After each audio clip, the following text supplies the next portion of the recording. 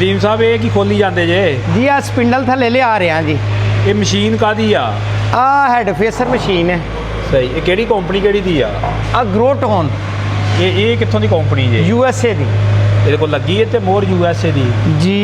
USA देखो फटे ਦੇ ਉੱਤੇ ਲਿਖਿਆ ਹੋਇਆ USA ਅਮਰੀਕਨ ग्रोटोन। इधर भी मोर लगी हुई है, मैं ਤੁਹਾਨੂੰ ਦਿਖਾਣਾ ਐ ਸਾਈਡ ਤੇ ਇਹ टीम साहब ਮਸ਼ੀਨ ਕਿੱਥੋਂ ਲਈ ਸੀ ਤੋਂ ਹਾਂ बस आंदिया सी बाहरों वलैती आ देखो हाँ मोनोग्राम लगा होया।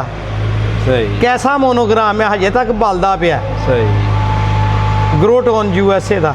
ਇਹ ਮਾਡਲ ਕਿਹੜਾ ਹੋਵੇਗੀ ਮਸ਼ੀਨ ਆ ਮਾਡਲ ਹੋਏਗੀ ਮੇਰਾ ਖਿਆਲ ਹੈ अंदाज़ा है कि तकरीबन कोई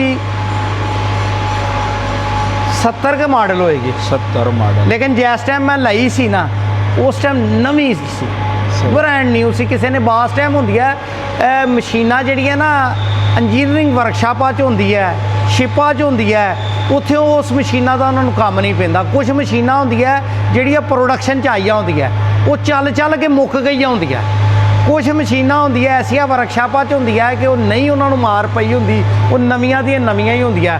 अज मैं तुहानूं दिखाना है ना देखो लोग कहते हैड फेसर ते आ देखो हैड फेसर दा स्पिंडल देखो तुसीं आ देखो इस साइड तो आके देखो तुहानूं नज़र आए चमक करी हजे भी आ मेरे कोल चलदी नूं तकरीबन 28 साल हो गए हैं। सही ਤੇ ਸਪਿੰਡਲ ਅੱਜ ਵੀ ਦੇਖੋ ਸ਼ੀਸ਼ੇ ਕੋ ਜਿਸਾ ਉਂਝ ਦੀ ਟੋਟਲ ਉਮਰ 50 ਸਾਲ ਹੈਗੀ ਆ 50 ਸਾਲ ਹੈ ਲੇਕਿਨ ਮੇਰੇ ਕੋ 28 ਸਾਲ ਹੋ ਗਏ ਚੱਲਦੇ ਨੂੰ ਤੇ ਹਜੇ 20 ਸਪਿੰਡਲ ਸ਼ੀਸ਼ੇ ਕੋ ਸਾਫ਼ ਹੈ। ਡੇਲੀ ਸਪਿੰਡਲਾਂ ਨੂੰ ਮਸ਼ੀਨ ਨੂੰ ਡੇਲੀ ਆਇਲਿੰਗ ਕਰਾਣੀ ਡੇਲੀ